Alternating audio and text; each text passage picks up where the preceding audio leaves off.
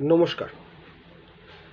কাল থেকে যখন বলেছি ম্যারেজ অ্যান্ড ডিভোর্সের ওপর ভিডিও করব, তখন অনেকেই জিজ্ঞাসা করেছেন আমাকে ইনবক্সে বা পার্সোনালি ফোন করে, তাহলে কি আপনি টেনেন্সি অ্যাক্ট, লিভেল লাইসেন্সি, ট্রান্সফার প্রপার্টি অ্যাক্ট বা eviction of licensee, eviction of tenancy এগুলো নিয়ে কোনো ভিডিও করবেন না, শুধু ম্যারেজ অ্যান্ড ডিভোর্স নিয়েই এবার করবেন? তাদেরকে আশ্বস্ত করছি, দেখুন, আমি একটু স্বাদ পাল্টালাম আর কি, কারণ আমি তো শুধু একরকম মামলা করি না, অনেক রকম মামলাই করি। কিন্তু আমার মনে হয়েছিল যে প্রেমিসিস টেনেন্সি অ্যাক্ট, লিভেল লাইসেন্সি, ট্রান্সফার প্রপার্টি অ্যাক্ট এইগুলো নিয়ে ভিডিও করাটা অনেক লোকের বেশি উপকারে আসবে। ম্যারেজ ডিভোর্স নিয়ে করার জন্য তো অনেক লোক আছেই, এবং এখন ম্যারেজ আর ডিভোর্সের ব্যাপারে অনেকেই ওয়াকিবহাল, ওই জন্যে ওটা আমি প্রথমে করতে চাইনি। যাই হোক, আমাকে অনেকে রিকোয়েস্টও করেছিলেন যে একঘেয়ে হচ্ছে, তা আপনি এইটা নিয়েও একটু করুন, কারণ এতে আমাদেরও অনেক কিছু জানার আছে। সমাজে যেরকম ডিভোর্স ছড়িয়ে পড়ছে, তার কি গ্রাউন্ড নয়, কিসে ডিভোর্স হয়, কিসে ডিভোর্স হয় না, তাতে কে দোষী, কিভাবে ডিভোর্স করতে হয়, ইত্যাদি ইত্যাদি। তাই জন্যে আমি জাস্ট একটা ভিডিও ডিভোর্সের ওপর দিয়েছি, আজকে আরেকটা ভিডিও দিয়েছি, দুখানা ভিডিও আমার দেয়া হয়ে গেছে। এই কারণেই দিয়েছি যাতে একটু স্বাদটাও চেঞ্জ হয়, স্বাদটাও বদলানো যায়। একঘেয়ে লাগছিল সত্যি করেই। যাই হোক, আপনারা দেখুন। এবার টেনেন্সি নিয়ে কিছুটা বলি, যে প্রাঞ্জন মল্লিক না বলছি নামটা, তিনি জিজ্ঞেস করেছেন, হ্যাঁ, প্রাঞ্জলি মল্লিক, তিনি জিজ্ঞেস করেছেন যে 2G মামলা 5-6 বছর চালানো যাবে কিনা।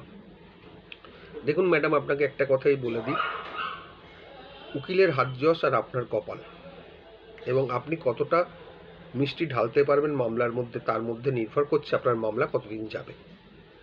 কারণ প্লেন্টিফের সাইডেও দুধে উকিল থাকবে, আপনাকেও সেই রকম উকিল দিতে হবে এবং বিভিন্নভাবে মামলা লড়তে হবে। প্রত্যেকটা একটা টেকনিক আছে, এবং 4-5 বছর যাবে কি 10 বছর যাবে সেটা তো কোর্টের ওপর নির্ভর করছে, আপনার ওপর, আপনার ভাগ্যের ওপর, আপনার উকিলের হাত যশের ওপর। তিনি কতটা আইন জানেন, কতটা আইনের ফাঁক বোঝেন। শুধু আইন জানলে হবে না, আইনের ফাঁকটাও জানতে হবে।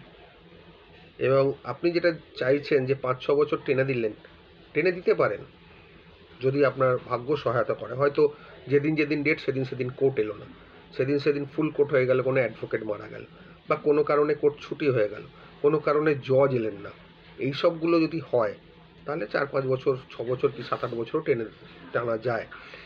সেটা মানে ভাগ্যের ওপর নির্ভর করছে আপনার, এবং ল্যান্ডলর্ডের দুর্ভাগ্যের ওপর নির্ভর করছে, মানে আপনার ভাগ্য আর ল্যান্ডলর্ডের দুর্ভাগ্য। এবং একটা মামলা শুনুন, মোটামুটি লোয়ার কোর্টে 4-5 বছর চলেই, তবুও এক্সপার্টি হলে অনেক তাড়াতাড়ি হয়ে যায়। বারবার বলছি, উকিলের হাত যশের ওপর অনেক কিছু নির্ভর করে, তার মুহুরির কীরকম কী ম্যানেজ করতে পারবে তার উপরে নির্ভর করে, এবং সর্বশেষ ভাগ্য সহায়তা যদি থাকে অনেক কিছুই হয়। কিন্তু এটা ভাববেন না যে ল্যান্ডলর্ড পক্ষ বা প্লেন্টিভ পক্ষ তারাও চুপ করে বসে থাকবে, তারাও চেষ্টা করবে তাড়াতাড়ি করা। মানে এটা একটা টাগ অফ ওয়ার, যার ক্ষমতা বেশি সে সেরকম করবে। আমার কাছে যদি প্লেন্টিভের মামলা আসে, আমি চেষ্টা করব তাড়াতাড়ি করতে।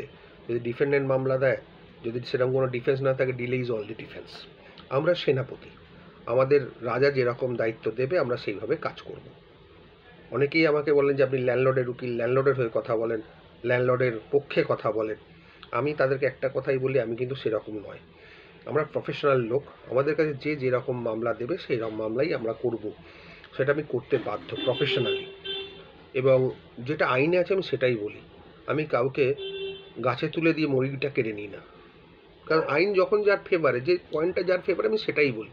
সেটা কখনো ল্যান্ডলর্ডের ফেভারে হতে পারে, কখনো টেনেন্টের ফেভারে হতে পারে।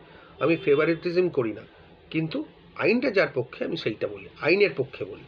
ল্যান্ডলর্ডের পক্ষে বা টেনেন্টের বিপক্ষে নয়, আইনের পক্ষে। যেটুকু আমি আইন জানি, শুধু আইন জানি না, আইনের ফাঁকও জানতে হয়।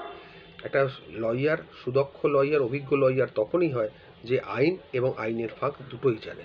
কারণ কখন আইনের ফাঁক বোঝাতে হয় আর কখনো আইনের ফাঁক দিয়ে কাজ করে বেরোতে হয়, সেটা অভিজ্ঞ লয়াররাই জানে। ভালো থাকবেন।